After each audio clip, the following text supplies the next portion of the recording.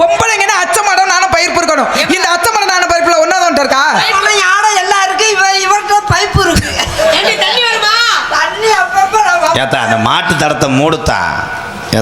எனக்கு 7 அண்ணன்மார்கள் சொன்னாங்க. 2 தோழிமார் தான் இருக்கு, ஒரு அண்ணன்மார் தான் இருக்கு.